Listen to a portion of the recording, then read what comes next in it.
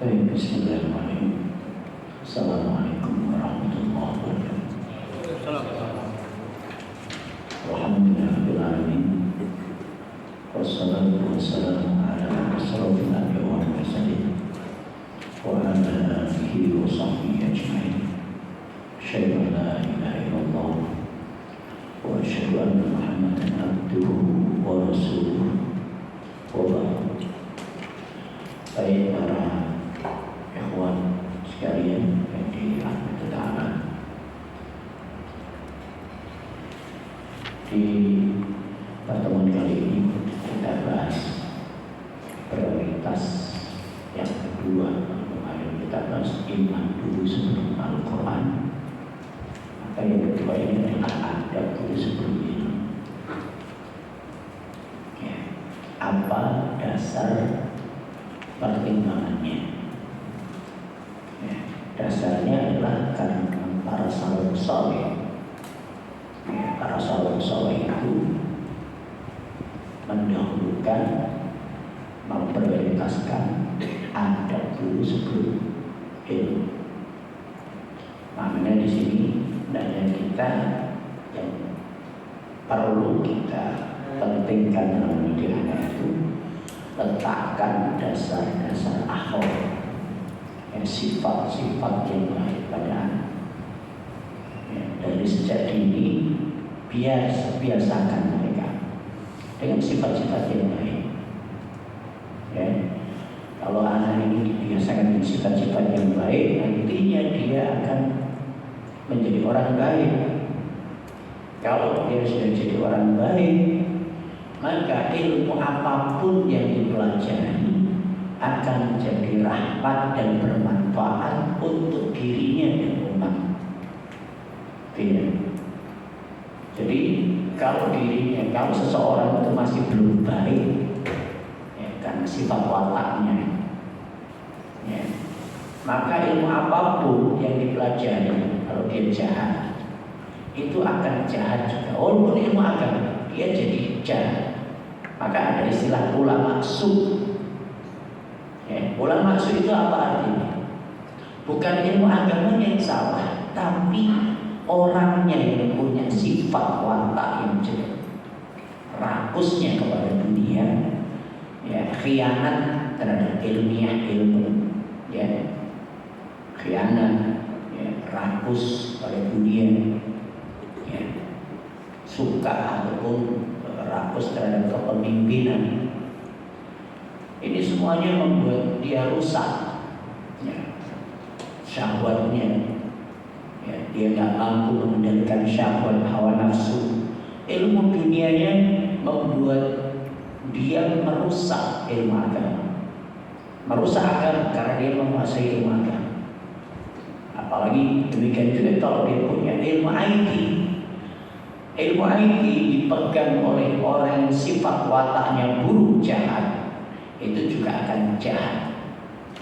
Ya. Jadi industri pornografi dan seterusnya itu apa? Bukan ilmunya yang salah, tapi adalah sifat watak ahli ilmunya yang punya ilmu.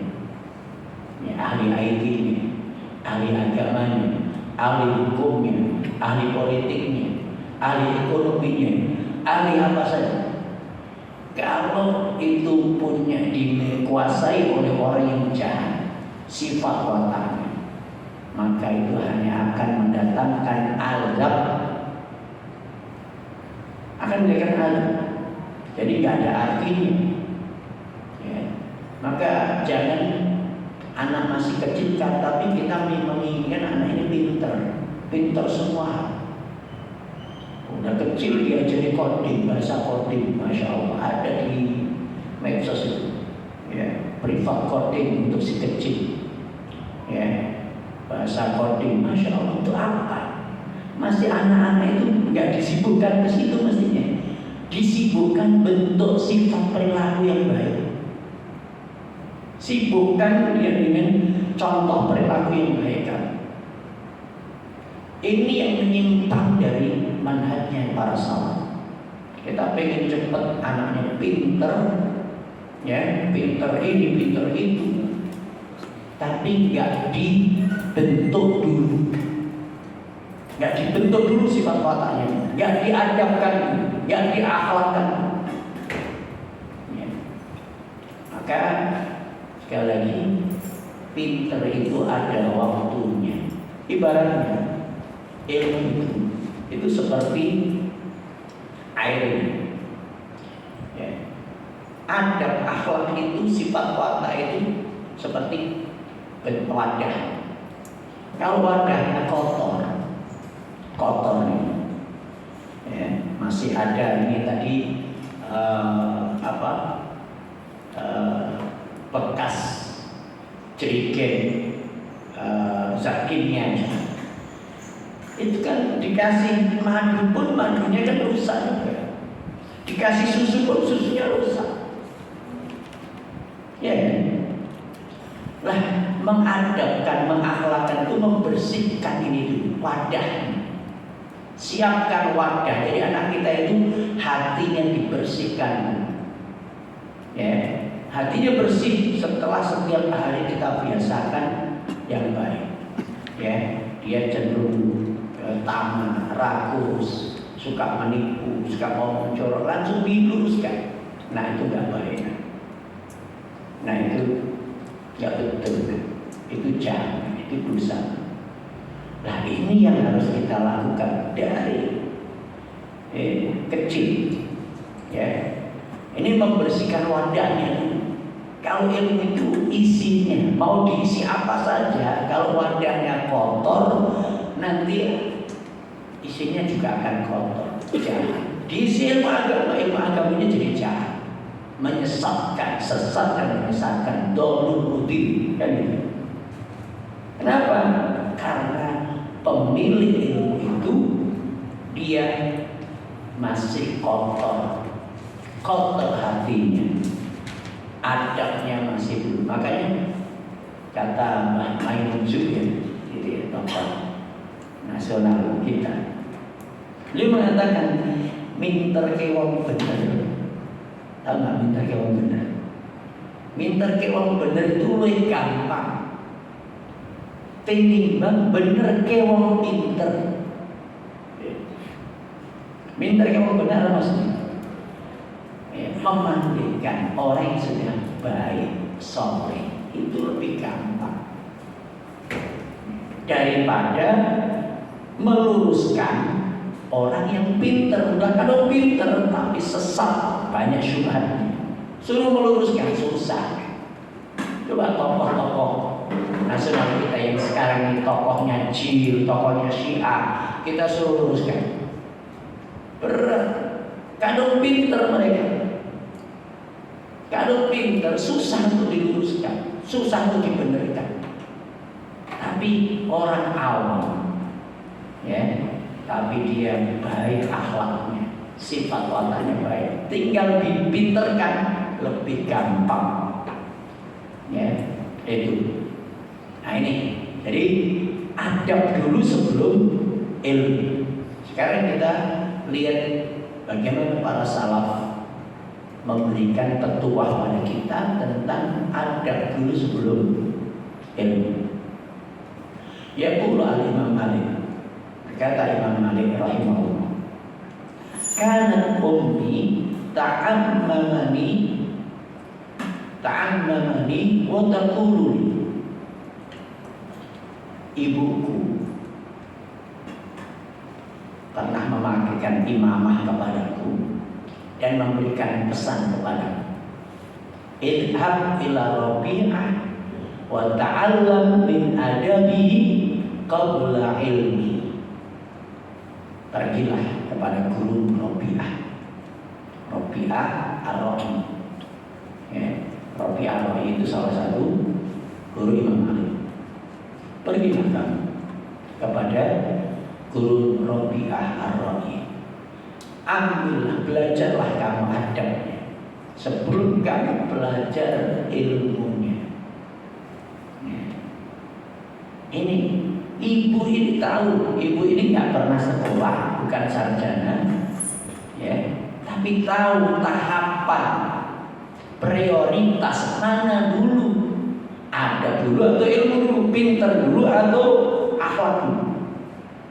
Akhlak dulu. Itu.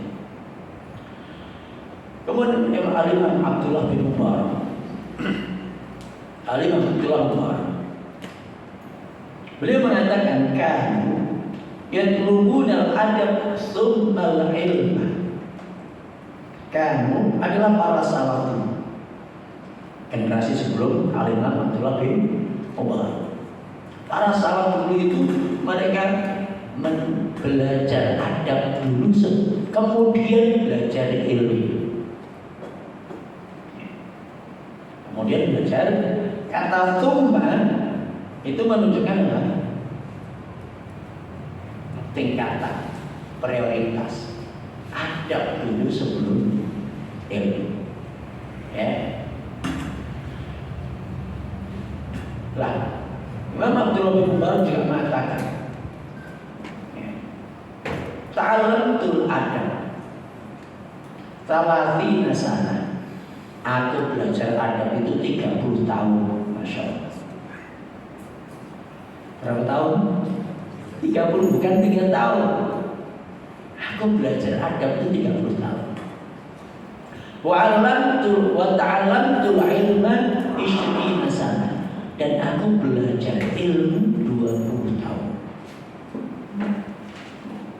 Pernah kita dengar kisahnya Abdullah bin Mubarak.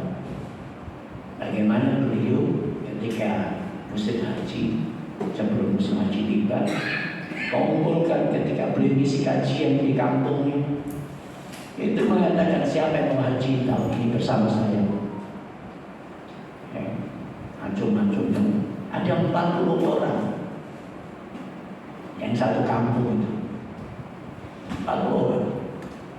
Kemudian disepakati siapa imam Amirul Haji, Imam Safar, pemimpin Safar, Amirul Safar. Mereka sepakat Al-Imam Abdullah bin Mubarak yang paling alim, tentu yang paling benar jadi pemimpin. Sepakat jadi pemimpin.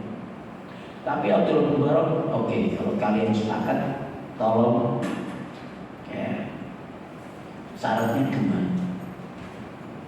Yang pertama, uang kalian kumpulkan dulu semuanya. Aku yang bawa.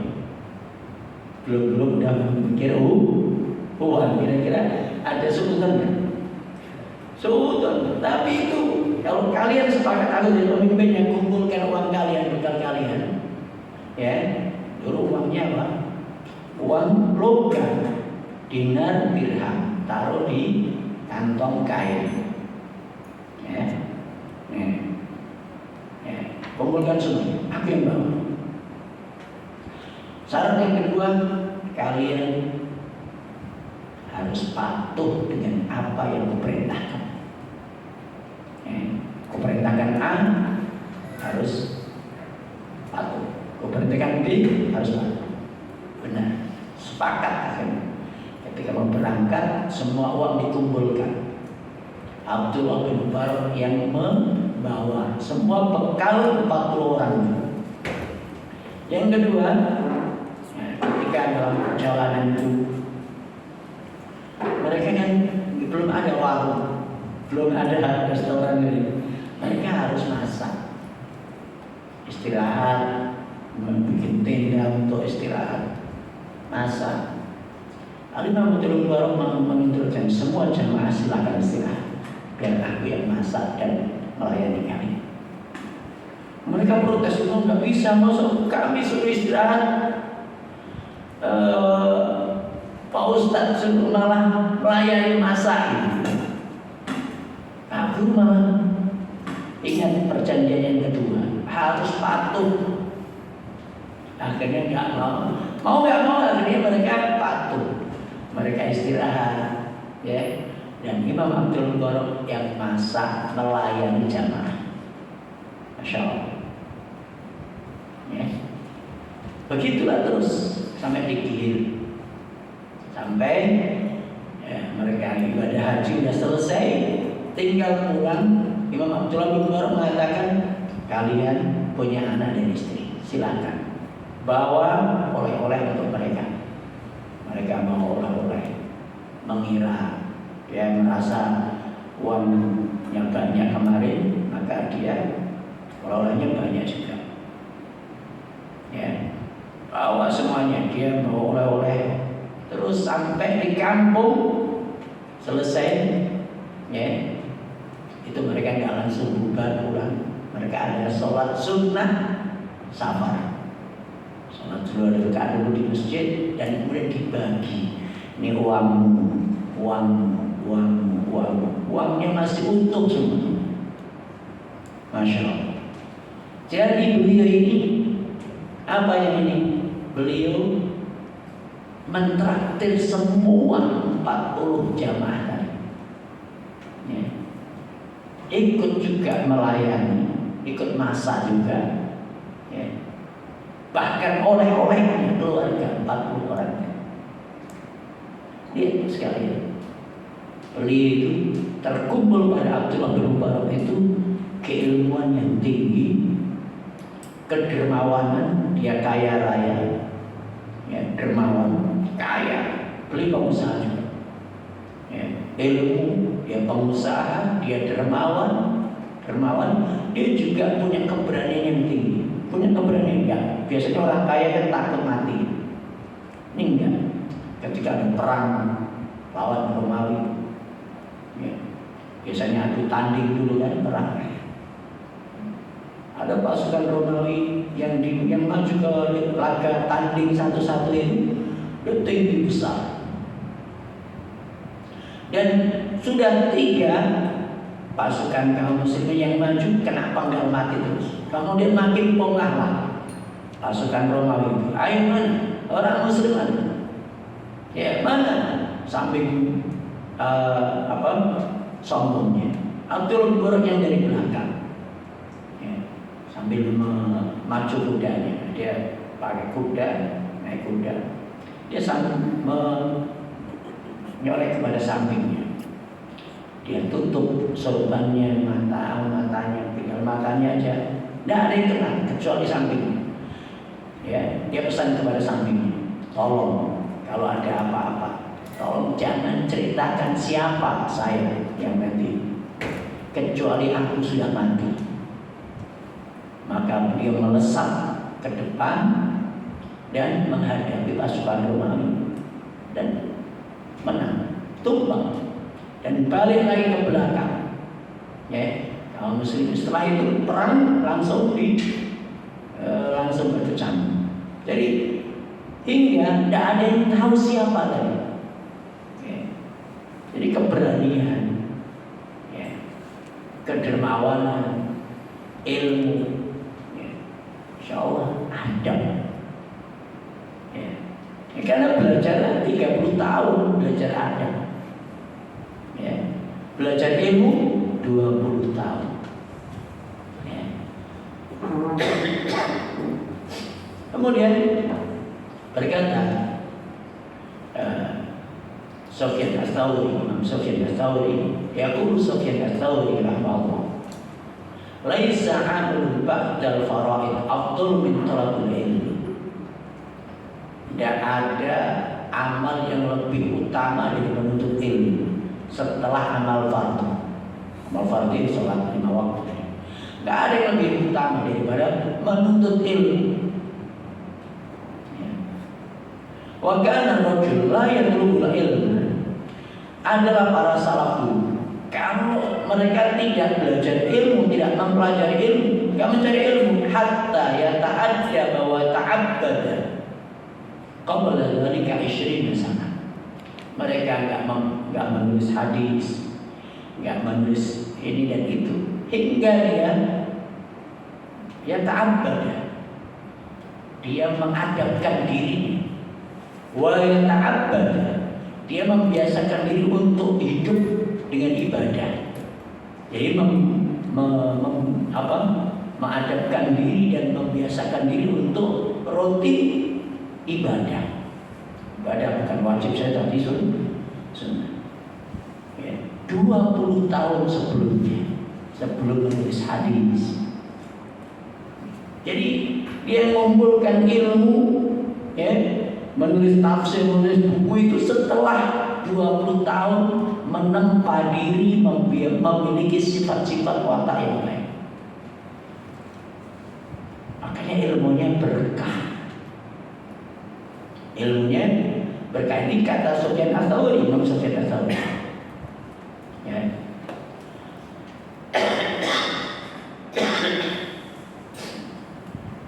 Kemudian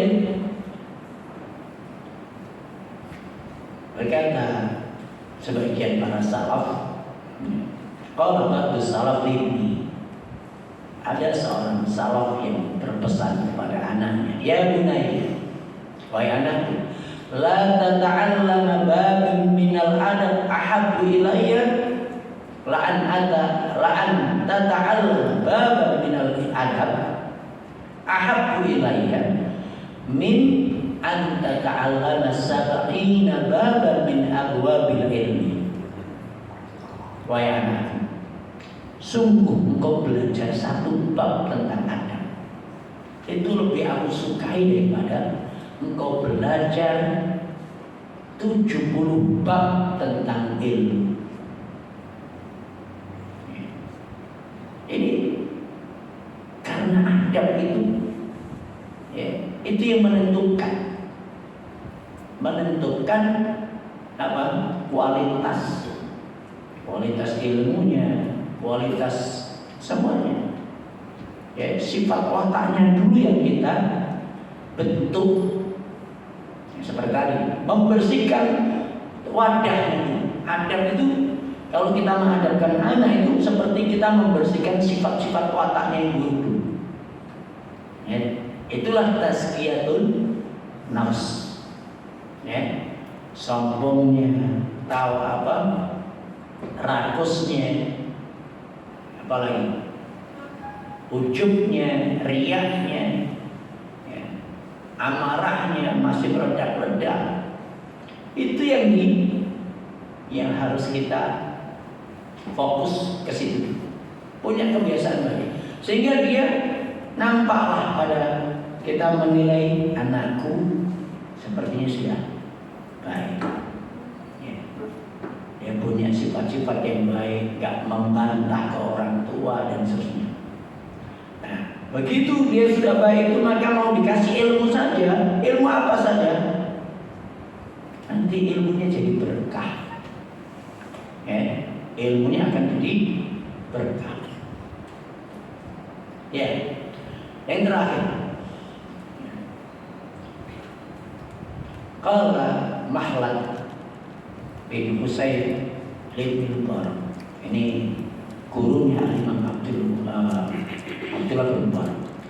Makhlad bin Husayn, ya, dia berkata, memberikan pesan kepada Abdullah bin Mubarak, nahnu ila qalilin minal adab a'waju minna ila kathirin minal hadith.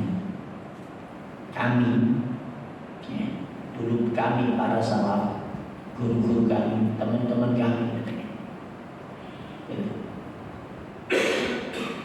kami lebih membutuhkan sedikit adab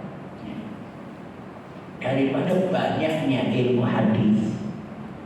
Banyaknya hadis, satu adab itu lebih kami butuhkan daripada banyak hadis. Nah, ini yang harus kita pahami. Jadi maknanya apa? Ilmu di situ, ilmu ini adalah pendalaman ilmu. Kita mungkin nggak bisa menghadapkan anak tanpa ilmu, ya. Kemana kita menghadapkan anak agar dia tidak jadi pemarah? Karena ada hadis yang kata begitu, la taghdab walakal jannah. Nah, jangan marah, kamu akan masuk surga. Itu kan ilmu, ya kan? Tapi ilmu ini masih dangkal. Tapi maksudnya ilmu di sini ilmu yang dalam, ya, tentang ilmu mustalah hadis, ilmu tafsir, ya, ilmu tentang sirah yang dengan sanadnya. Ilmu dulu itu ilmu yang dengan sanad, ya, yang panjang. Kalau tajwid juga. Jadi ilmu lughah dengan seluk-beluknya. Tafsir itu ya, Masya Allah. Anwa'u ilmu tafsir itu santai, ya, tentang tingkatannya. Ya. Ikhtilafnya para ulama tentang penafsiran ayat ini. Dia mendalami itu. Jadi nggak mau mendalami itu dulu sebelum dia memiliki sifat watak yang baik. Kalau dia lurus, ya, sudah baik, sudah ikhlas, sudah berusaha ikhlas, dia sabar, dia tenang, dia nggak pemarah, baru dia pendalaman ilmu, ya, termasuk ini, apa? Jadi itu yang harus kita pahami. Oke, jadi ini perkataan-perkataan para ulama sudah kita sampaikan. Sekarang, ya, kalau tadi dasarnya.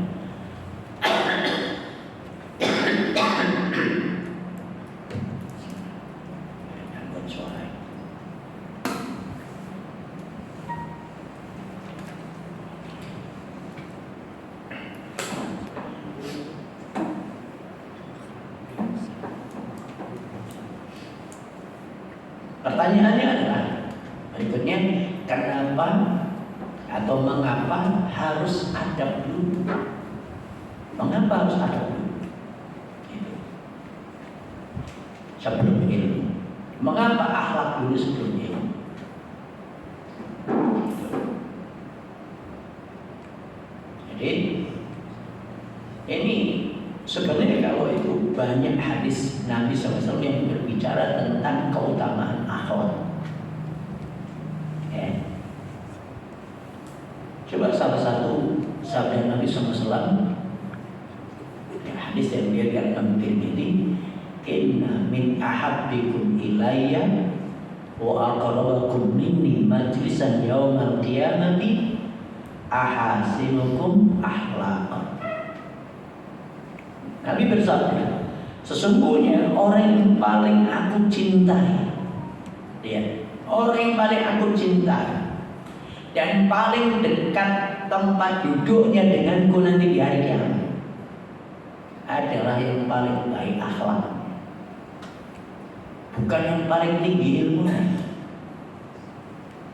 ya, bukan yang pinter, yang nilai rapotnya paling tinggi, bukan yang paling banyak ijazah atau piala dan penghargaan, tapi yang paling baik akhlak.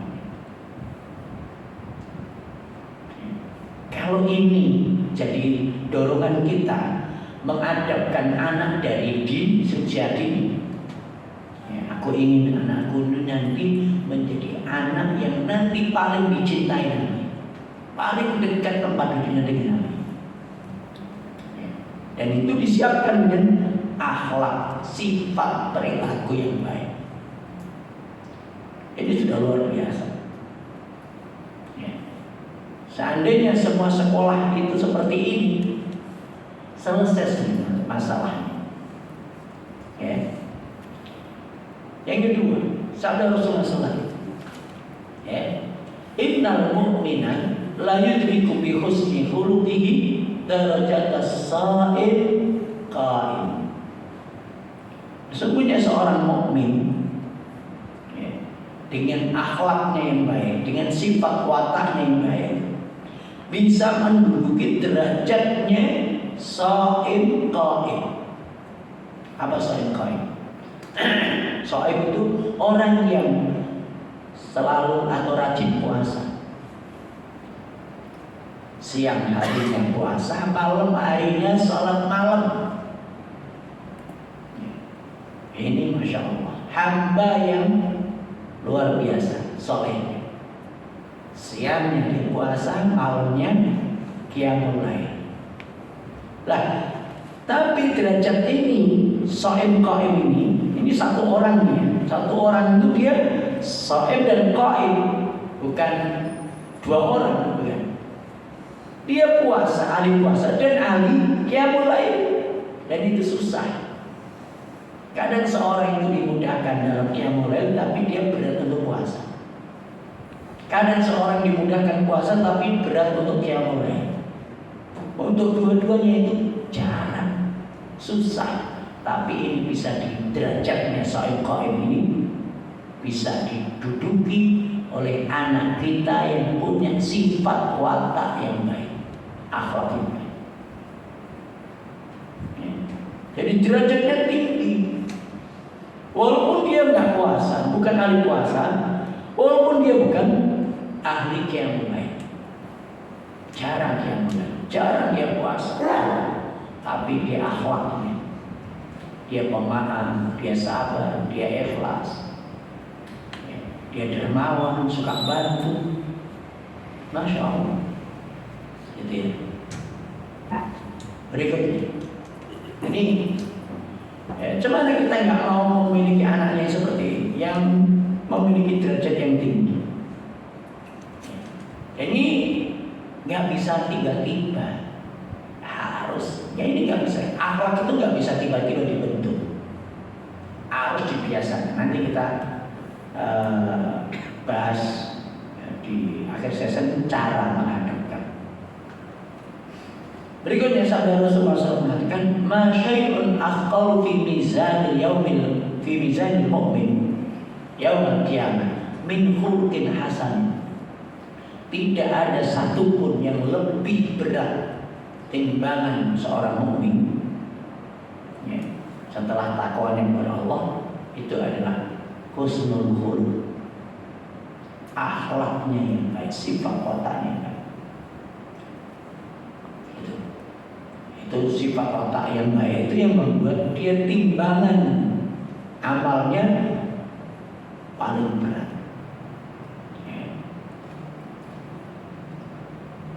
Kemudian akhlak yang baik, sifat watak yang baik itu yang membuat seseorang paling banyak masuk surga itu karena sifat wataknya yang baik, akhlaknya yang baik. Rasulullah SAW pernah ditanya sebab terbanyak oleh Rasulullah seseorang manusia itu yang banyak masuk surga itu rata-rata mereka karena apa? Kata Rasulullah, taqwallah wa husnul khuluq. Karena sebab takwanya kepada Allah dan husnul khuluq. Setelah takwa itu maknanya dia menjauhi segala dosa. Yang kedua, sifat wataknya yang baik. Ya. Kemudian terakhir yang saya mau sampaikan di sini, ya, hadis Rasulullah SAW, "Inna min khiyarikum ahsanukum khuluqan." Sesungguhnya yang terbaik dari kalian adalah yang paling baik akhlaknya. Akhlak itu sifat watak. Paling baik akhlaknya.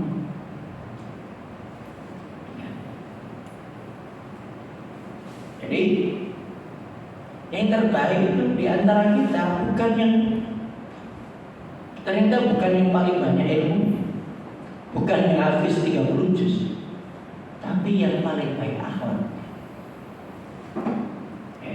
Jadi timbangannya adalah akhlak, sifat wataknya. Ya.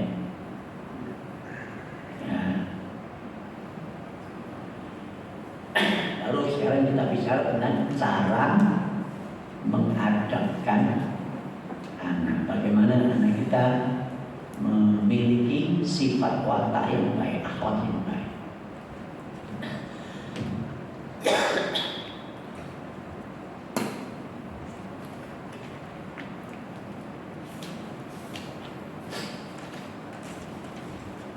Yang pertama,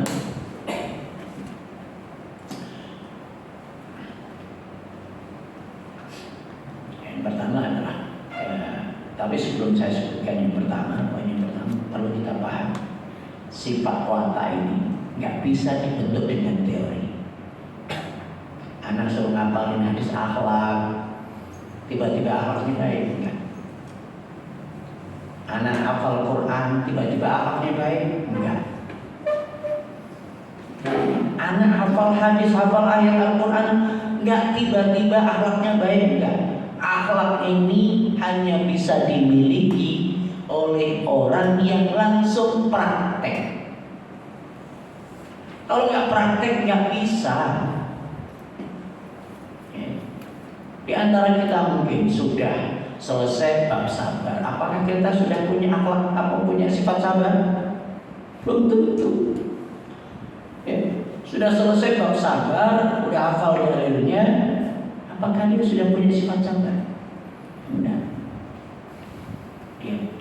Dia akan punya sifat sabar setelah dia melalui fase ujian, diuji dengan anaknya, diuji dengan istrinya, diuji dengan kawannya, diuji dengan saudaranya, diuji dengan orang tuanya, diuji dengan tetangganya yang jahat-jahat, dan dia teruji. Baru dia jadi orang sabar, punya sifat sabar. Dia bisa mengatasi semua dengan temannya, dengan orang-orang jahat di sekelilingnya yang dia temui. Bisa mengatasi semua. Dan di akhir baru dia punya sifat sabar. Walaupun dia nggak hafal dalil tentang sabar. Bisa dipahami? Ilmu sabar sama sifat sabar itu beda. Dua hal yang beda. Ilmu akhlak dengan akhlak itu dua hal yang beda. Ya. Contoh lain, sifat watak apa ini? Setelah sabar, dia dermawan. Dermawan itu suka memberi. Ada bab tentang infak sedekah. Dihafal. Apakah kemudian tiba-tiba dia punya, setelah hafal dia punya sifat dermawan? Belum tentu. Hingga dia mendidik dirinya jadi orang dermawan. Ketika dia ada ayat, ada hadis, dia mengamalkan, tertantang untuk mengamalkan. Dia mendidik diri untuk selalu infak rutin tiap pagi, karena ada hadis setiap pagi itu ada malaikat yang turun, mendoakan untuk yang infak ini. Ya, terinspirasinya akhirnya tiap hari, tiap pagi infak. Dia naikkan nilainya, naik lagi, terus hingga sampai pada lan tanalul birra hatta tunfiqu mimma tuhibbun. Engkau nggak dikatakan nggak sampai kepada kebaikan yang sempurna sampai engkau menginfakkan sesuatu yang paling kamu cintai.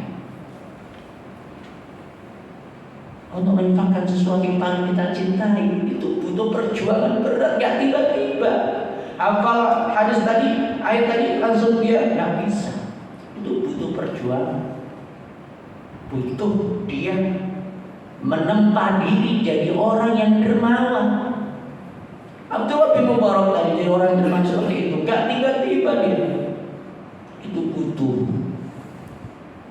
proses day to day, hari demi hari, minggu demi minggu, bulan demi bulan, tahun demi tahun, tahu-tahu karena dia terus mendidik diri seperti itu, jadilah dia punya sifatnya. Ini harus kita paham. Jadi sifat watak itu nggak bisa tiba-tiba. Nanti aja lah kalau anak udah gede kan, dari kecil ajarin untuk memberi.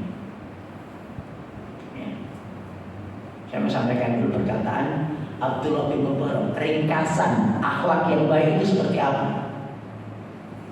Kata Abdullah bin Mubarak, husnul khuluq, akhlak yang baik itu cuma diringkas cuma 3. Ringkasan cuma 3. Husnul khuluq yang pertama adalah tulaqatul wajhi. Apa tulaqatul wajhi? Wajah yang ramah. suka senyum, salam, sapa.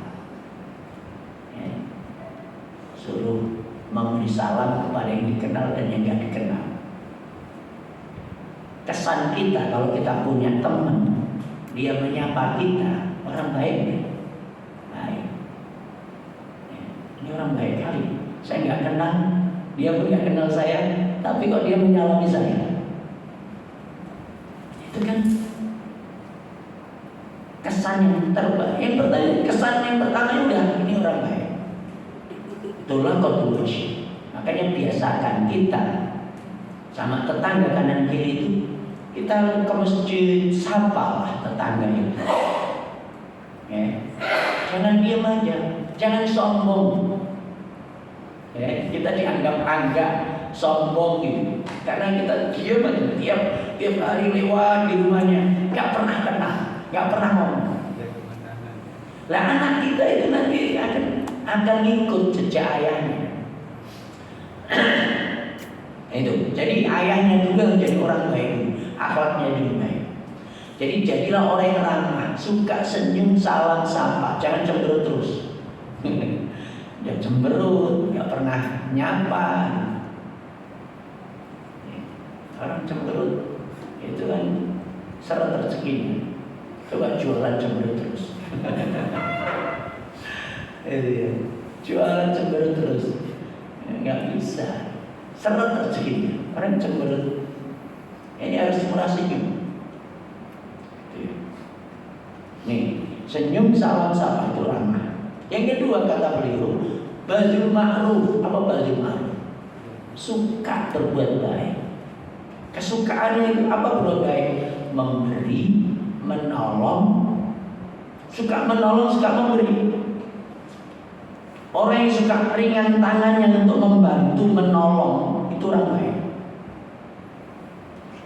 Lah anak kita ajari. Setelah dia jadi senyum, salam, sapa, ajari dia suka memberi, suka menolong. Tolong kawan, siapa yang susah, berbagi. Tambahin uang jajannya, nanti bagi sama kawan. Biar dia terbiasa memberi. Gitu. Bajul ma'ruf, suka memberi, suka menolong, suka berbagi. Ya, kalau suka menolong, suka berbagi kan, Allah akan selalu bersama anak kita. Wallahu fi aunil 'abdi maka al-'abdu fi auni akhi. Allah akan selalu bersama menolong hambanya selama hamba itu sering menolong saudaranya. Hobinya sering menolong orang. Hobinya sering menyantuni orang, berbagi. Itu akhlak. Yang ketiga, kaful adza. Tidak menyakiti orang lain. Hidupnya tidak merugikan orang, lisannya maupun tangannya. Kalau lisan itu bohong, ya, membohongi, ngomong jorok, membuli gitu ya. Membuli itu kan menyakiti. Ngejek, maki, membohongi, itu kejahatan lisan, itu riba, fitnah, itu menyakiti orang. Ya. Tangannya menyakiti orang, suka memukul, nyubit, apa lagi? Ya. Mencuri. Kejahatannya kalau orang itu walaupun udah 3 ini, tapi yang ketiga nggak ada, dia masih suka riba, fitnah, namimah, ya, atau caci maki, belum dikatakan baik. 3-3-nya harus ada. Kalau udah 3-3-nya ini, dia terjaga lisan dan tangannya, ya, baru dikatakan orang baik, baru dikatakan akhlak yang baik. Jadi sebenarnya simpel. Ini Abdullah bin Barak itu menyimpulkan cuma 3, ya, cuma 3, ya. Cuma 3, nggak banyak. Jadi akhlak itu terumput pada 3 aja. Dia ramah sama orang, senyum, salam, sapa, suka berbuat baik. Berbuat baik termasuk kalau ada orang yang salah kepada dia minta maaf, dia maafkan. Tidak membalas keburukan dengan keburukan. Itu kan kebaikan. Membalas keburukan dengan kebaikan, kan kebaikan. Akhlak yang baik. Itu. Jadi teringkas, ada ringkasan itu.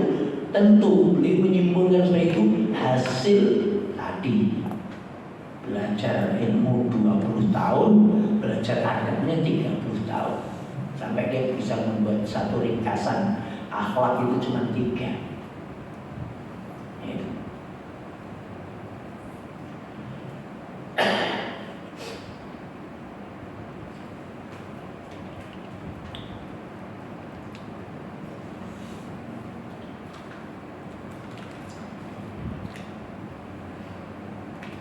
Baik.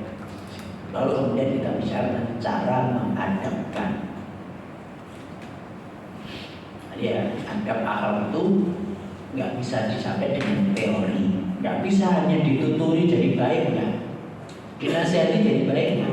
Harus yang pertama adalah keteladanan. Cara yang pertama adalah keteladanan. Contoh.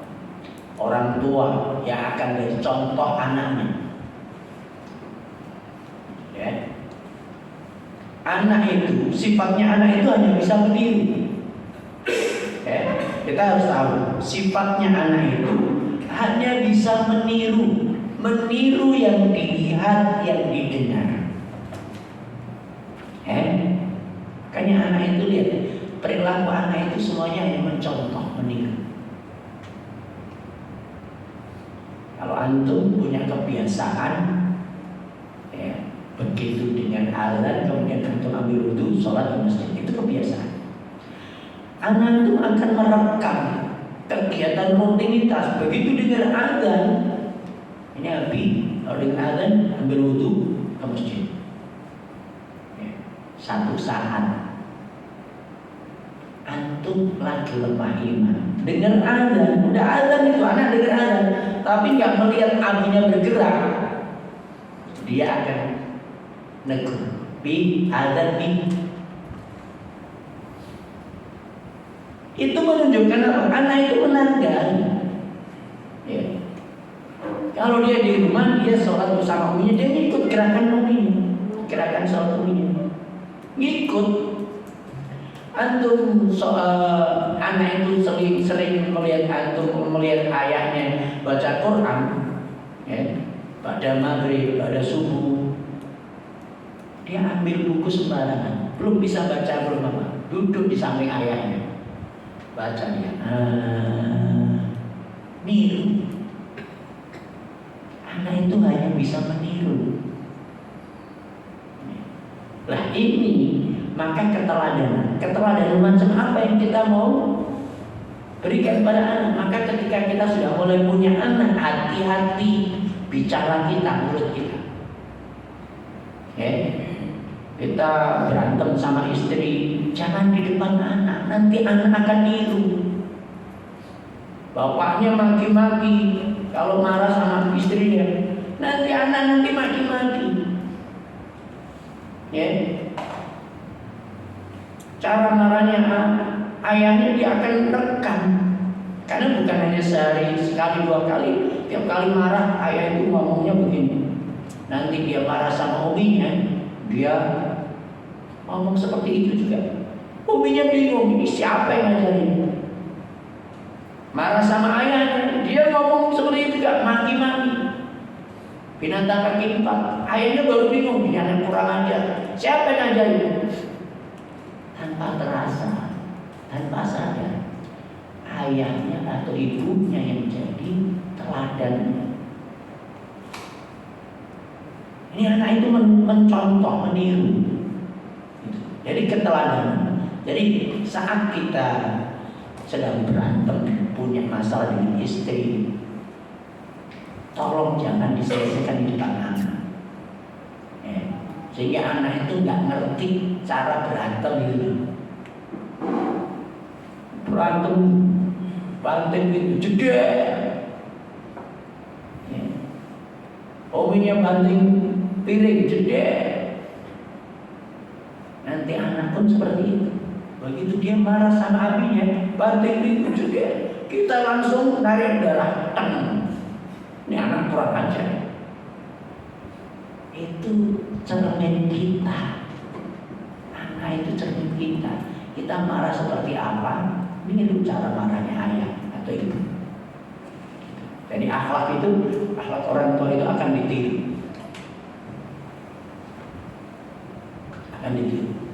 Makanya keteladanan ini penting. Maka perlunya kita pertama memiliki kebiasaan yang baik. Buatlah rutinitas yang baik. Kapan kita ngaji rutin di rumah? Pada maghrib kah? Pada subuh kah? Rutinitas sholat 5 waktu, di awal waktu dengar adzan. Rutinitas kita baca buku walaupun hanya sebentar. Seperti itu penting. Jadi rutinitas tadi walaupun kita nggak ada niat memberi contoh kepada anak, ini sebenarnya kita hanya lillah aja, hanya berharap ini jadi amal soleh, tapi berkahnya itu pada anak. Anak ngikut cara hidup kita. Cara hidup kita diikuti anak kita. Ini keteladanan. Jadi kalau orang tuanya itu ya glamor, anaknya akan hidup glamor. Orang tuanya hidup sederhana, anak itu hidup prinsip apa yang kita mau bangun ke anak. Hidup sederhana atau hidup glamor. Ya. Kan kadang-kadang kita bicara sama istri, anak dengar bicara tentang perabot rumah, tentang apa yang selalu itu yang dibicarain. Nanti anak bicara seperti saya sempat kaget ada beberapa anak itu. Dia bicara tentang merek mobil dan tahu tentang harga mobil itu. Ini siapa yang jadi ayah sama ibunya paling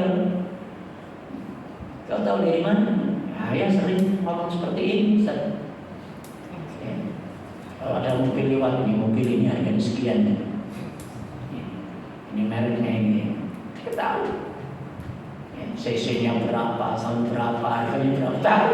Itu apa juga anak kita bicara seperti itu pada anak.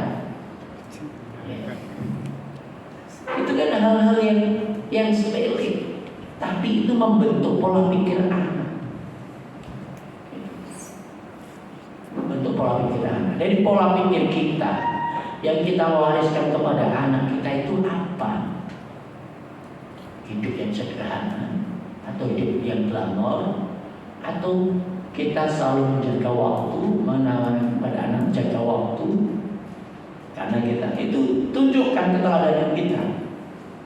Jaga waktu, nggak mau waktu itu terbuang sia-sia. Anak akan lihat ayah sama ibunya. Jadi keteladanan penting yang pertama. Ini kebiasaan yang baik. Buatlah kita, para orang tua itu buatlah kebiasaan yang baik. Karena salah satunya apa? Kata Imam Ibnu Katsir rahimahullah, man 'asha 'ala syahid mata 'alaihi. Siapa yang punya kehidupan yang punya kebiasaan, hidupnya punya kebiasaan yang rutin, dia akan mati di atas kebiasaannya. Dia akan mati di atas kebiasaan. Kebiasaannya apa? Kebiasaannya dia baca Quran, dia akan mati sedang baca Quran. Kebiasaannya dia sholat sunnah, dia akan mati sedang sholat. Kebiasaannya dia zikir, dia mati sedang zikir. Kebiasaan dia nolong orang, bantu orang, mati sedang nolong orang. Itu kebiasaan kita apa? Jadi itu menjadi motivasi kita untuk hidup dengan kebiasaan yang baik. Yang pertama, yang kedua, jauhi perkara maksiat dan dosa. Apalagi jangan sampai itu rutin. Kalau jadi rutinitas itu berat. Anak akan contoh rutinitasnya maki-maki, kalau marah mesti maki-maki. Rutinitasnya dia merokok, ya, anak susah. Rutinitas yang buruk yang lain, kebiasaan buruk yang lain itu jadi hilangkan.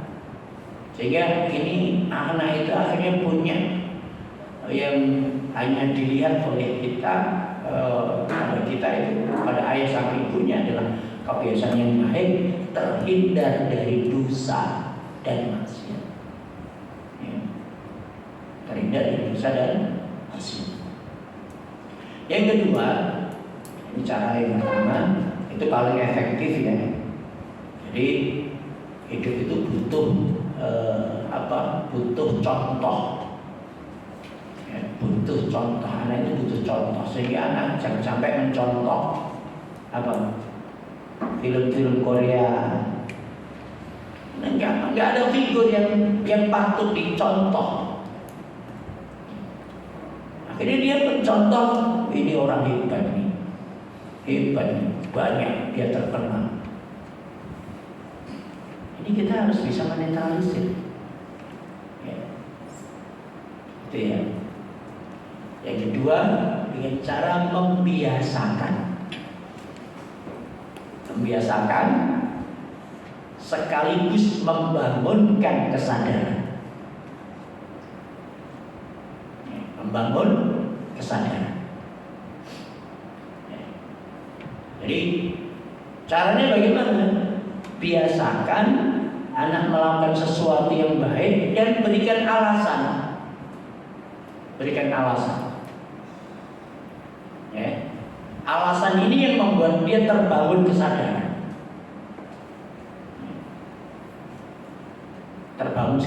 Contohnya, kita ingin biasakan anak yang laki-laki sholat ke masjid. Ya. Ayah itu kalau ke anak nggak harus hafal hadis, tapi bimakna. Kita sampaikan keutamaan sholat berjamaah di masjid. Apa keutamaannya? Hari ini misalnya kita ngajak sama anak ke masjid. Nah, sholat ke masjid itu 27 kali lipat daripada sholat sendiri rumah. 27 kali lipat. Ambil uang ya, yang sama. Kalau 10.000 semua. Yang satu lembar, yang satu 27 lembar.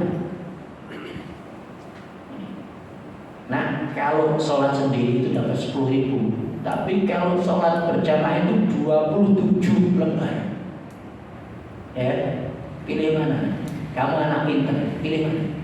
27 lah ya. Berarti anak pintar. Berarti anak pintar itu anak yang selalu sholat ke masjid berjamaah. Itu selalu diingatin. Besok lagi tanya lagi, anak yang pintar itu apa nak? Yang sholat 5 waktu ke masjid. Kenapa? Karena 27 kali.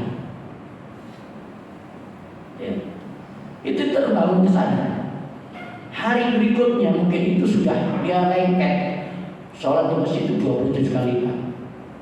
Berikutnya, karena sudah selalu ditanya, berikutnya hadis yang lain, jalan ke masjid itu satu langkahnya menghapuskan dosa, satu langkahnya mengangkat derajat. Dan gitu. Coba kamu hitung dari rumah ke masjid berapa langkah? 100 langkah, 100 dosa dihapus. 100 derajat kamu diangkat. Nanti tanya lagi, besoknya lagi. Kalau melangkah ke masjid, apa fadilahnya? Keutamanya 100 satu langkah menghapuskan dosa, satu langkah mengangkat derajat. Anak itu. Sehingga ini selalu membangun kebiasaan plus membangun kesadaran. Bangun pagi juga seperti itu. Bangun pagi itu dibangunin lagi. Kenapa? Kamu tahu nggak? Kenapa harus kamu bangun pagi? Nanti itu doanya untuk orang yang bangun pagi. Allahumma barik li ummati fi dunya. Ya Allah, berkahilah umatku yang bangun di pagi hari. Ya, kamu pengen dapat doa dari Nabi? Pintar, anak pintar. Ini anak itu harus selalu dikasih. Kalau dia jawabannya mantap, bagus, pintar, solid. Nah besok lagi ditanya lagi, bangunkan lagi. Anak bangunan, pagi itu berkah katanya. Sudah bangunkan, pagi itu berkah. Waktu berkah ya bangun pagi, jangan kok berkah. Terus begitu. Nanti anak akhirnya terbiasa bangun pagi, gak susah dibangunkan. Nah itu. Jadi bangun kesadarannya. Jangan hanya nyuruh, ayo bangun. 30 tahun disuruh bangun tetap gak akan sadar-sadar. Kita capek bangunin terus. Waktunya sholat. Ayo sholat. Kita nggak pernah membangun kesadarannya, nggak pernah bicara tentang hadis Nabi tentang keutamaan ke masjid sholat berjamaah. Kita hanya bisa bentak, nyuruh, larang, ngancam, hukum, nggak pernah membangun kesadaran anak. Maka nggak terbentuk sifat wata itu. Iya dia ke masjid tiap hari. Kalau ada ayah, nggak ada ayahnya, dia nggak ke masjid. Karena hanya takut sama ayah. Berapa banyak anak pondok seperti itu juga. Anak pondok itu berapa tahun dia di pondok bangun pagi, tapi ketika dia liburan bangun pagi dia. Kalau nggak dibangunin dia bangun. Karena nggak terbangun kesadaran. Pendekatannya hanya ancaman, bentakan, hukuman, nggak pernah membangun kesadaran dengan kelembutan. Ini yang harus. Jadi pendampingan tiap hari dengan ayah ke masjid, bangunkan sama ayah, dengan kelembutan. Nah bangunan kita pagi itu berkah. Itu terus, itu akan akhirnya anak-anak tidak sulit untuk memiliki sifat-sifat yang baik. Nah ini yang harus. Jadi tapi ini sekali lagi ini membutuhkan namanya mendidik. Mendidik itu lebih berat karena apa? Kita harus ngasih contoh, ya kan? Kita harus bangun lebih awal daripada anak. Kita harus lebih dulu ngambil wudhu daripada anak. Kita harus lebih soleh dulu, kira-kira. Itu yang berat. Kalau hanya ngajar aja di kelas, guru hanya ngajar saja di kelas, habis ngajar masuk kantor, nanti dia ngajar lagi masuk kantor, itu gak ada tantangannya. Itu bukan pendidik. Pendidik itu dia mengamati anaknya, mana sifat wataknya. Ini kok sifat watak anak kok masih jelek, masih suka ngomong jorok, masih susah, udah dengar azan tapi gak segera ambil wudhu. Ada kerisauan di sana. Tapi kalau nggak ada risau, nggak ada gelisah seperti itu, bukan pendidik. Dia hanya pengajar, hanya pengajar, transfer ilmu saja. Transfer ilmu saja bisa digantikan sama Google, gantikan sama YouTube. Tapi pendidikan itu butuh pendampingan, prosesnya harus sabar. Kita harus jadi teladan. Kita harus selalu tadi membangun kesadaran, bukan sekedar bentak, pukul, ancam, hukum. Ini enggak membuat mereka sadar. Jadi patuh dia, cepat, rapi dia, tapi enggak sadar. Patuh dia, cepat dia. Kalau dibentak, bangun dia. Tapi enggak ada ayahnya dia enggak bangun. Kan ada banyak keluhan para emak itu. Anak juga Ustaz ya, kami itu udah berulang kali bangunin anak. Gak bangun-bangun. Dia yami tidur lagi. Lihat bapaknya batuk, bangun dia. Dia hanya takut sama ayah. Usahakan ayah tadi membangun kesadaran, bukan sekedar hanya bisa membentak, menyuruh, melarang, mengancam, menghukum, tapi berikan alasan kenapa harus punya akhlak yang baik seperti itu. Ya. Yang ketiga adalah dengan kisah cerita. Para ayah, para ibu yang suka bercerita itu. Untuk anak-anak, cerita itu paling seneng. Paling seneng. Saya sama anak saya kalau pulang itu taklim nanti malam pada Isya. Taklimnya apa? Cerita. Kisah Abdullah bin Zubair, kisah Abdullah bin Abbas, kisah tema apa yang kita mau sampaikan, tema akhlak apa yang mau kita sampaikan kepada anak. Itu kita harus punya bekal. Sehingga anak itu nanti malam taklim ya. Taklim dia ketagihan. Kenapa? Karena kisah. Kalau antum bacain kitab Riyadhus Shalihin ya nggak mau dia anak-anak. Ya, bacain hadis nggak mau. Taklim itu menjemukkan anak-anak yang senang dengan kisah. Maka ayahnya atau ibunya harus berkisah. Sering baca. Maka buku kisah-kisah itu, kisah pendek-pendek yang bergambar, yang ditulis bukunya Ustaz Nizar Jabal Sa'ad. Itu beli itu bagus.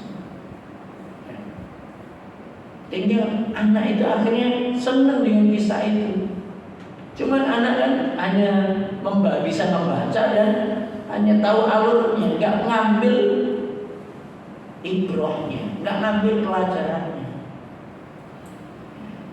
Nah kita ayahnya atau ibunya yang mengambilkan apa pelajaran hikmah yang diambil daripada kisah yang dikisahkan. Jadi ini sangat penting. Makanya nanti hal-hal seperti ini harus kita pahami. Ya. Ngajar anak-anak itu harus harus tadi tahu apa kesukaan anak. Bisa kadang diajak nonton. Kalau antum nggak bisa berkisah, bercerita, yuk kita nonton yuk. Nonton kisah, nonton video tentang Imam Malik, Anas bin Malik, tentang Abdullah bin Zubair. Kan masih ada juga video-video seperti itu. Ada video pendek ya, tentang Abu Bakar. Kita nonton yuk. Nonton, setelah nonton coba anak suruh bercerita. Coba kamu cerita dulu. Kisahnya tadi gimana? Nanti ini belajar berkomunikasi. Dia menyusun kalimat. Ya, belajar bahasa Indonesia dia. Kan itu. Nanti apa? Coba kesimpulannya. Pelajaran yang bisa kamu ambil. Kalau belum bisa, berarti harus ayahnya memberikan pelajaran, kesimpulan pelajarannya. Nah itu yang harus kita. Nih, jadi ini saya meringkas cuma 3 aja. Kalau kita punya 3 ini, ada keteladanan dari ayah dan ibunya. Ya, membiasakan itu butuh tadi ya, ibu, istri tentunya. Ya, istri yang selalu mendampingi anak, bersama anak di rumah itu. Kalau antum punya istri, dia setia di rumah bersama anak, masya Allah itu adalah ghanimah. Siti ghanimah itu. Siti ghanimah. Tahu nggak ghanimah? Ghanimah itu rampasan perang harta yang kita istilahnya Siti ghanimah. Yang mau di rumah bersama anak, sabar dengan anak, mau ngajarin anak. Kalau perlu TKSD nggak usah sekolah, homeschooling aja di rumah sama ayah sama ibunya. Itu yang punya istri seperti itu, masya Allah, antum patut bersyukur. Udah ngirit biaya berapa coba TK sama SD? Ya kan? Baru nanti SMP-nya masukkan pondok pesantren, dia udah kokoh. Ya. Apalagi anak perempuan, ya biarkan sama ibunya. Dia belajar masak sama ibunya, belajar nyuci terus. Kerjaan rumah akhirnya terbiasa. Sampai umur 12 tahun, selama 12 tahun bersama ibu, kira-kira punya kesan baik sama ibunya, punya pesan yang luar biasa. Yang sama ibu, akhirnya dia pintar semuanya dari ibu, bisa nyetrika, bisa ngepel, bisa nyapu, bisa nyuci, bisa masak dari ibu. Homeschooling luar biasa itu. Hari ini ya full day, TK full day, SD full day, ya habis full day taruh pondok pesantren. Ayah ibu nggak mau ngurus anak, aduh pusing saya Ustaz, udahlah taruh pondok aja biar pusingnya hilang. Gimana mau punya anak soleh tapi nggak mau merawat anak? Iri, nggak mau semuanya. Ya, saya punya alimah putri itu, pondok ada nggak pondok Ustaz? Yang dia nggak mau repot ngurus anak perempuan. Nah perempuan pun harus ngomong. Padahal kita setting agar dia jadi perempuan. Makanya kita alimah putri nggak pondok, ya, dan dia terbiasa mengerjakan pekerjaan rumah. PR dari sekolah, dia tiap hari harus mengerjakan pekerjaan rumah, bantu ibunya, ya, sehingga dia terampil dengan semua pekerjaan rumah. Itu harus. Jadi hal-hal yang seperti ini kita harus pahami.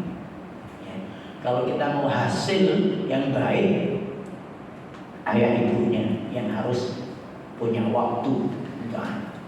Terutama ini, jangan biarkan dia bekerja, biarkan dia di rumah ngurus sama anak. Kita sebagai laki-laki, kamu di rumah urus anak, aku yang mencukupi, insya Allah. Itu baru laki-laki. Dia juga perempuan gitu ya. Betul-betul akhirnya betul-betul terprogram. Keluarga kita akan terdidik, walaupun hidup sederhana tapi berkah. Gitu. Ini semuanya cari duit. Anaknya siapa? Anaknya taruh di sekolah yang full day, pulangnya sore. Nanti udah bisa taruh pondok pesantren. Biar yang repoti, katanya. Biar yang repoti emaknya. Emaknya mau online, bisnis online. Masya Allah. Ini yang rusak. Mau punya anak tapi nggak mau repot. Itu. Terakhir mau saya sampaikan tentang perkataan Al-Imam Ibnu Qayyim Al-Jauziyah.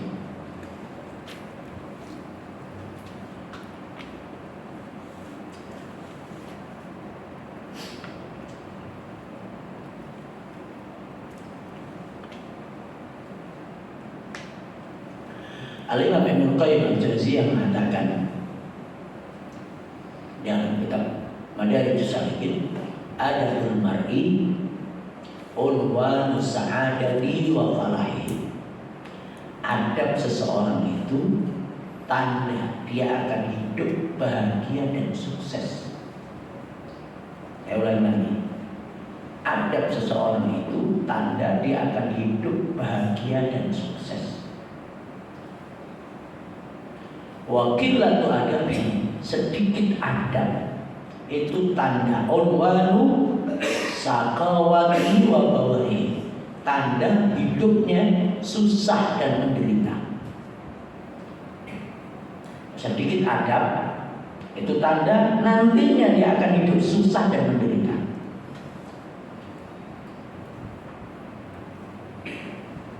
Ya, kalau anak, kita punya anak, dia punya sifat-sifat yang baik, suka ngalah, pemaaf, suka membantu orang tua, ya, dia jujur, dia amanah.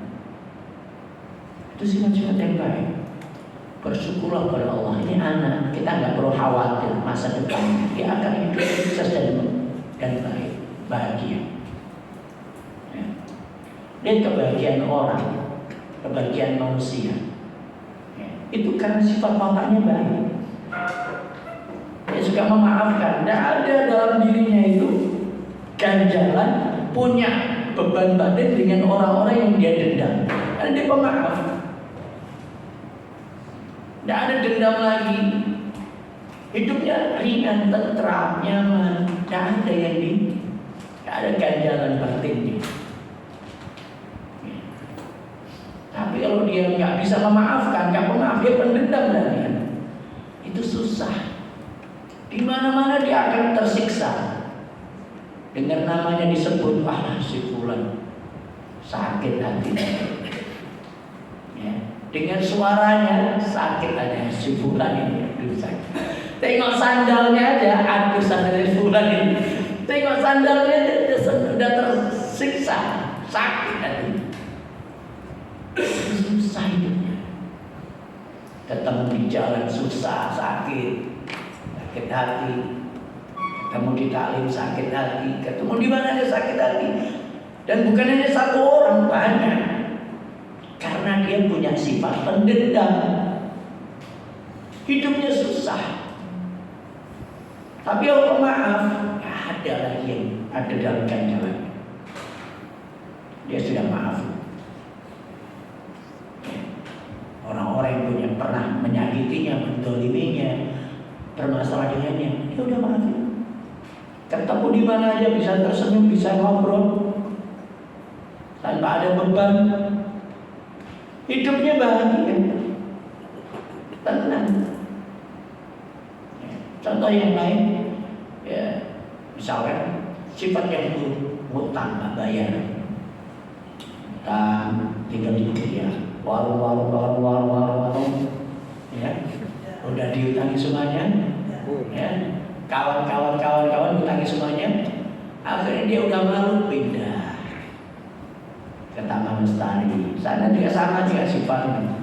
Warung, teman-teman utangi, nggak udah semuanya udah diutangi, nggak bisa hidup lagi, pindah ke mantan juga seperti itu, pindah ke Sakinah, pindah.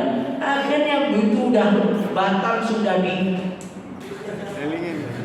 dikelilingi, kemana dia mau hidup? Penipu itu bukan enak. Penipu, tukang hutang nggak bayar, nggak enak. Enaknya saat dia terima sebentar, tapi hidupnya susah menderita.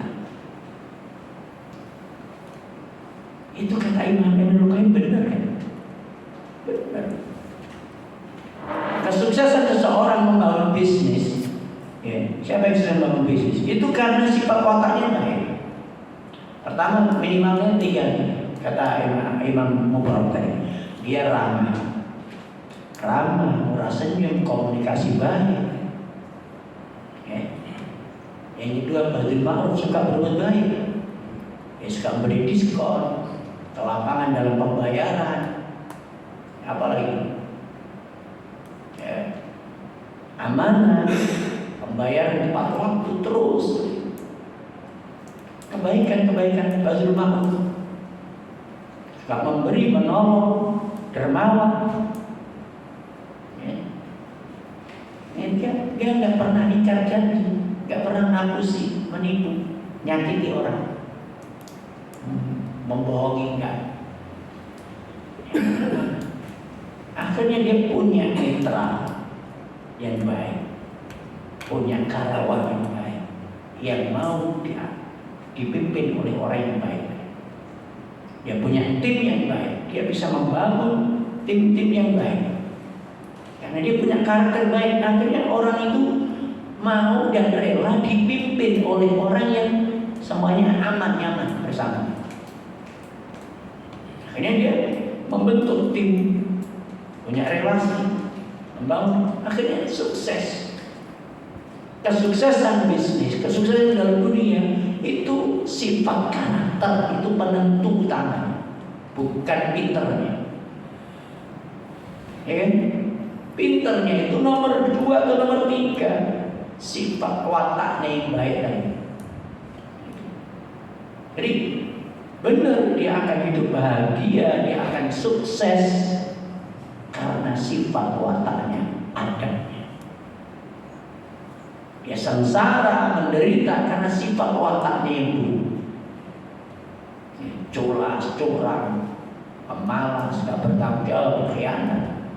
Hidupnya susah, menderita. Gak punya kawan, gak punya kawan, gak punya tim. Ya. Gak bisa buat tim. Teman-temannya pada sakit hati semuanya. Udahlah, gak mau dia kerja sama dia. Dia udah pelit, kasar lagi ngomongnya. Masya Allah. Siapa yang mau kerja sama dia? Akhirnya dia susah sendiri. Walaupun pintar, tapi nggak bisa sukses, nggak bisa bahagia. Kebahagiaan itu ketika dia punya dasar-dasar sifat-sifat yang baik. Maka inilah sebenarnya pendidikan kalau difokuskan di sini. Ayah ibunya fokusnya di sini. Bentuk watak anak yang baik. Baru nanti ketika sekolah anak sudah punya 7 tahun pertama itu sudah dibentuk, masya Allah. Nanti udah siap belajar, ya udah punya sifat-sifat yang baik. Ya. Tadi kebaikan dari membiasakan membangun kesadaran tadi dengan kelembutan kan, bukan dengan ancaman dan seterusnya. Jadi dia sadar punya sifat yang baik. Lah inilah yang akhirnya dia mudah sekolah, dia jadi cepat menerima pelajaran, mudah pinter. Nah ini jadi perkataan Al-Imam Ibnu Qayyim itu satu hal yang kesimpulan beliau yang luar biasa. Saya melihat ini salah satu kesimpulan yang hasil dari sebuah mungkin membaca kitab ataupun praktek di lapangan. Tapi itulah kenyataan yang harus kita pahami. Kenapa beliau bisa memberikan satu kesimpulan seperti itu? Ada mar'i unwanu sa'adati wa falahi wa qillatu adabi unwanu saqawati wa bawari. Jadi kalau kita peduli dengan kebahagiaan dan kesuksesan anak kita, awali dengan adab akhlak yang baik. Itu pun juga untuk kebahagiaan kita. Siapa yang mau masa tuanya dikelilingi anak yang akhlaknya baik, dari kecil, dari usia ini adabkan akhlak. Nanti usia tua kita akan senang bahagia bersama anak-anak yang baik. Tapi nggak peduli dengan akhlaknya anak, nanti masa tuanya kita sengsara sendiri. Anak yang nggak berakhlak, anak yang beradab, kita sendirian susah. Masa tua kita mestinya kita tinggal fokus bekal akhirat, bekal di alam kubur, masih mikir anak, ya, masih mikir anak yang akhlaknya masih rusak. Mana ini? Nah, makanya sebenarnya kalau kenapa konsep saya, konsep Al-Hikmah itu akhlak.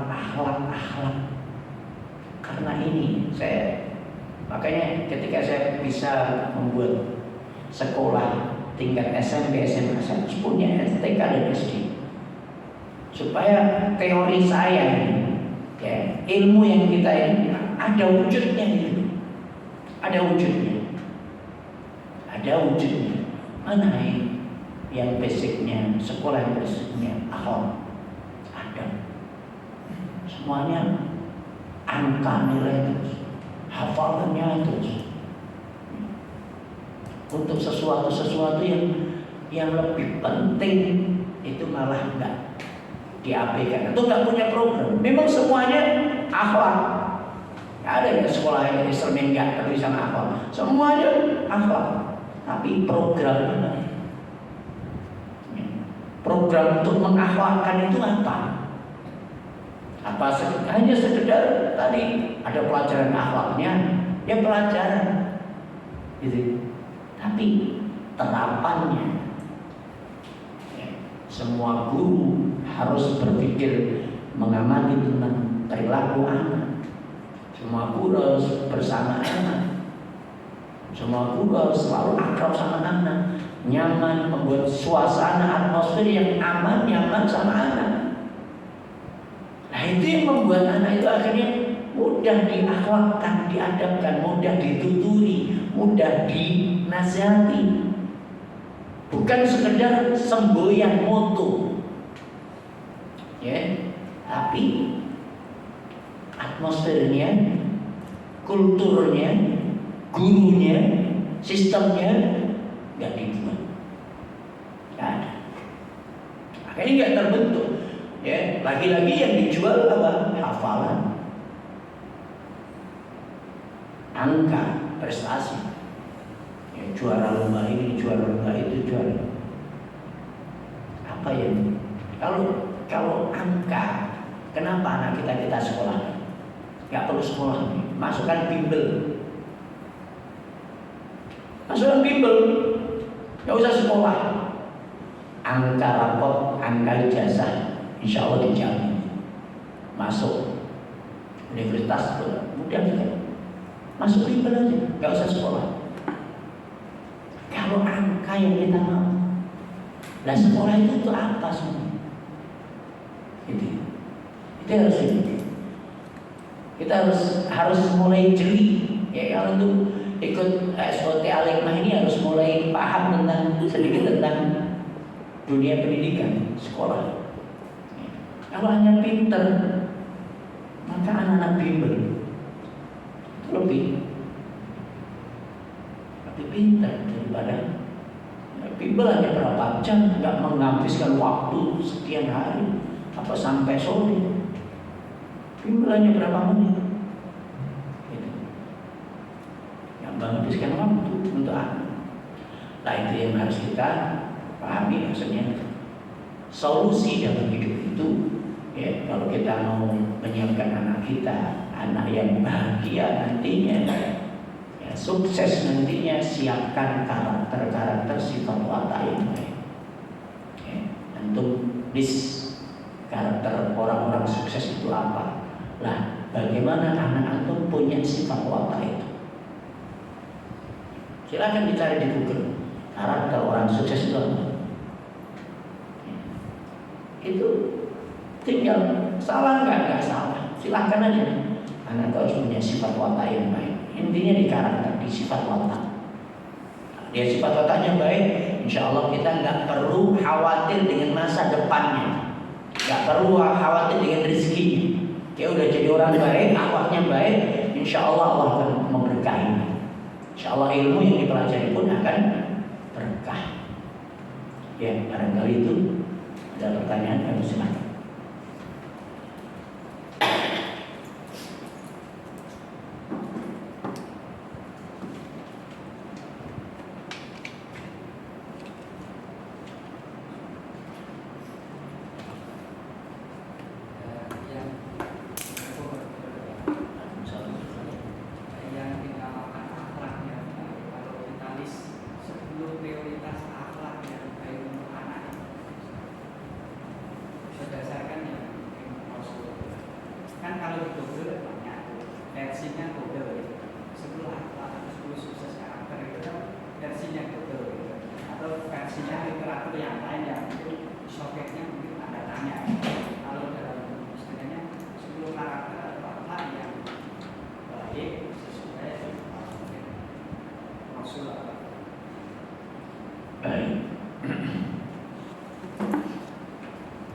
Kalau dari Rasulullah SAW tidak pernah membuat list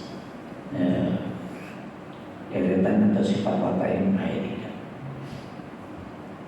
tapi dua sifat yang pernah disampaikan oleh Rasulullah kepada Qais. Qais ketika ada sahabat Nabi ketika dari kampung, berasal dari Bani Sa'ad, Bani Sa'ad ketika datang bertemu diri Nabi, rombongan satu kampung sampai di Masjid Nabawi, semua itu bergegas pengen ketemu Nabi secepatnya. Ada yang nggak sempat nambatkan onta, nggak sempat membetulkan bajunya, pokoknya pengen cepet-cepet. Nah ini ada seorang sahabat yang dia tenang, ya. Dia bersihkan bajunya, rapikan bajunya, dia pakai baju, bahkan baju yang lapis yang untuk kebesaran, menemui, menghormati orang yang dimuliakan. Dan dia tambahkan untanya, dia datang dengan langkah yang tenang. Sehingga Nabi mengatakan, inna fika la khoslatain yuhibbuhullah. Ada pada dirimu itu dua sifat yang Allah cintai, ya. Al-hilm wal ana. Yang pertama al-hilm, yang kedua hilm itu dia, kalau ana itu tenang, hilm itu dia apa? Kalau tenang tadi namanya buru-buru. Hilm itu dia lebih mendekati kesabar, tapi bukan beda dari sabar. Ya. Contohnya hilm itu gini, contoh hilmnya Nabi. Melihat badui yang kencing di masjid, semua para sahabat reaksinya apa? Teriak-teriak marah. Nabi santai, hilm, ya, biarkan, jauh, biarkan. Ya, udah selesai kencing, ya, ambil air 1 ember, tuangkan di tempat dia kencing. Itu hilm. Apa bedanya hilm dengan sabar? Hilm di sini tenang plus cerdas, tenang dan cerdas. Kecerdasan yang mengalahkan emosionalnya, mengalahkan amarahnya. Itu. Nabi juga pernah dipegang kerahnya sama Arab Badui. Kemarin kalau antum dipegang kerah, ya, reaksi kita apa kalau dipegang kerah? Ya, lu jual, lu beli gitu ya. Kamu kurang ajar sekali. Tapi Nabi tahu yang memegang kerah ini dia badui. Badui itu bodoh, orang bodoh, orang awam yang jauh dari pergaulan. Nabi santai. Pegang gini sampai mengajari Muhammad berbuat baiklah kepadamu. Diambil.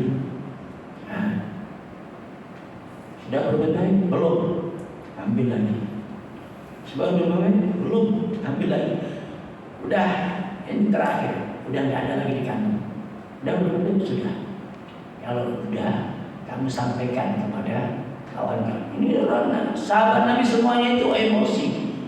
Melihat Nabi dipegang kerahnya itu emosi, marah, teriak. Nabi santai, kasih semua. Udah kasih, sampaikan.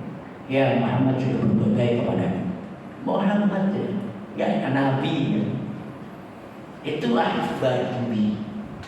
Nah, nanti kita bicara apa? Mengatasi, cara menyikapi orang-orang yang badui itu seperti apa. Ya termasuk anak kita itu badui itu kan bodoh. Anak kita itu masih bodoh. Ya anggap aja badui. Kita harus belajar seperti menyikapi Nabi kepada badui. Menyikapi kenakalan anak. Ini anakku masih bodoh kayak badui. Ingat aja sikap Rasulullah kepada badui. Itulah kita harus punya helm tapi cerdas, diam tapi berpikir di solusi. Tidak dikuasai sama emosi, amarah. Itu helm. Nah itu Nabi punya dua sifat itu. Inna fika la khoslataini yuhibbuhumullah. Pada dirimu ada dua sifat yang Allah sukai, yang Allah cintai, yaitu al-hilm wal ana. Yaitu. Nah dua sifat itu, cemana anak kita punya sifat seperti itu. Sebelum anak kita dulu, ya, kita harus punya sifat yang elok malah anak.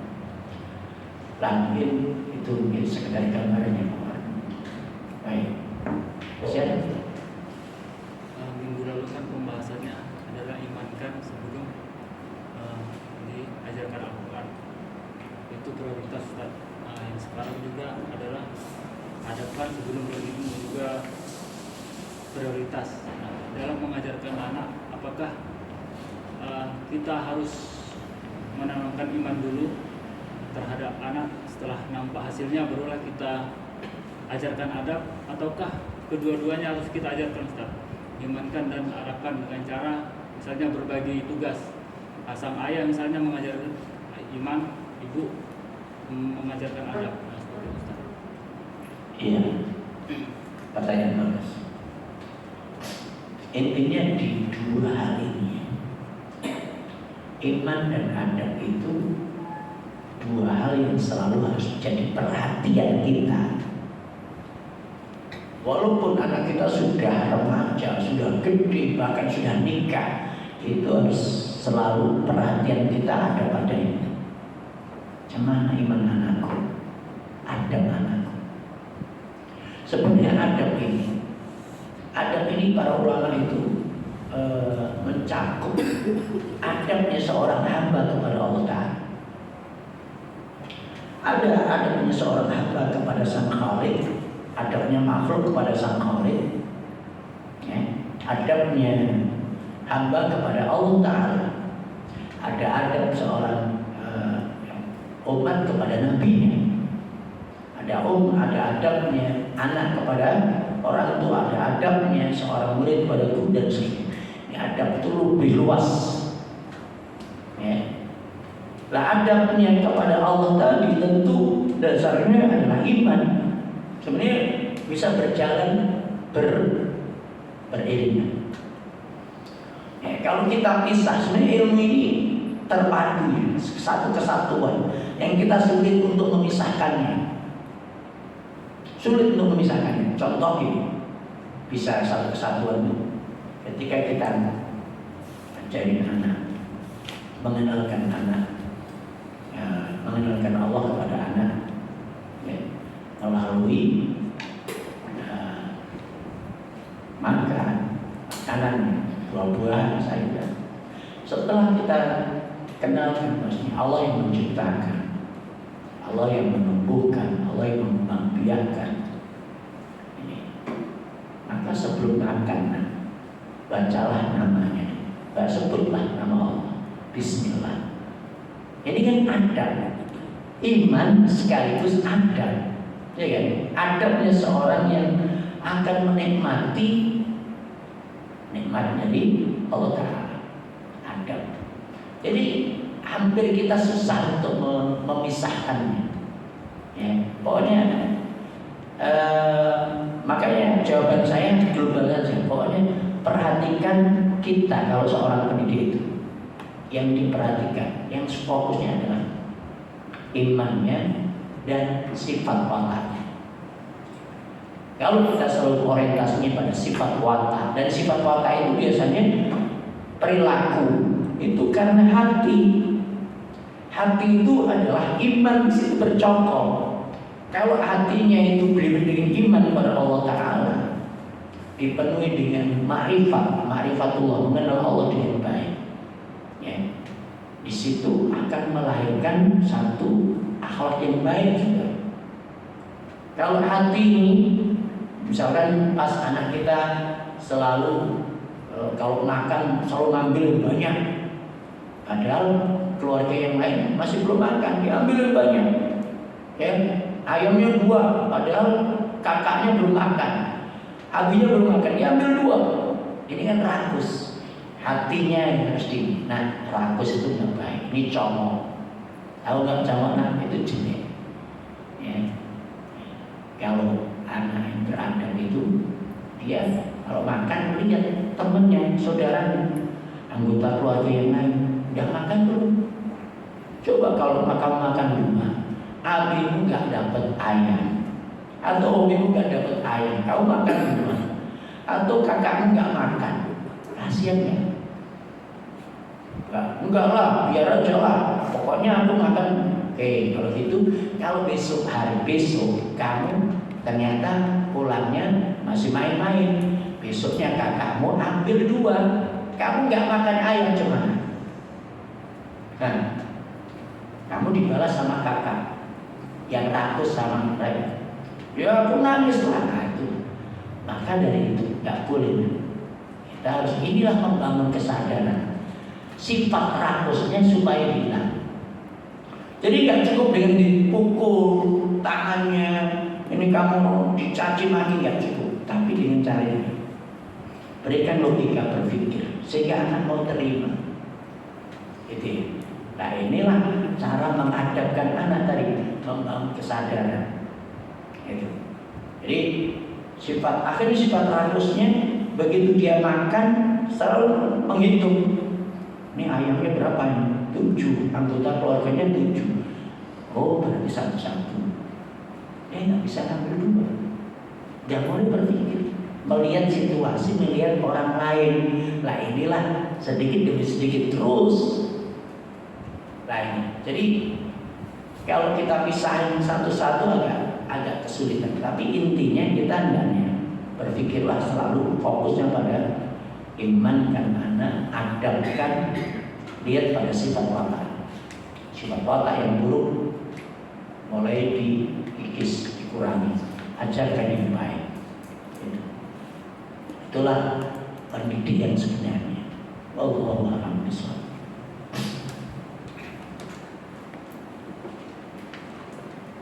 Kasih. Cukup.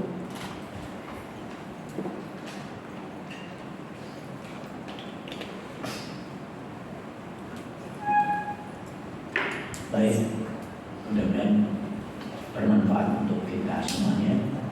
Tentu di majelis subhanallahumma wa bihamdika asyhadu an la ilaha illa anta astaghfiruka wa atubu ilaik. Assalamualaikum